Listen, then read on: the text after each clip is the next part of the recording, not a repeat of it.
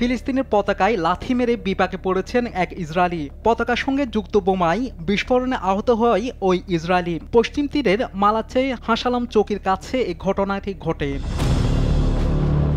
এ ঘটনার একটি ভিডিওতে দেখা গেছে পশ্চিম তীরে একটি রাস্তার ধারে খোলা স্থানে উঠছে ফিলিস্তিনের একটি পতাকা। ওই রাস্তা দিয়ে যাওয়ার সময় গাড়ি থামান এক ইসরায়েলি। পরে তিনি পতাকাটির দিকে হেঁটে গিয়ে সেটিতে লাথি দেন। সঙ্গে সঙ্গে পতাকার সাথে যুক্ত বোমার বিস্ফোরণ ঘটে। এতে আহত হয় ওই ব্যক্তি।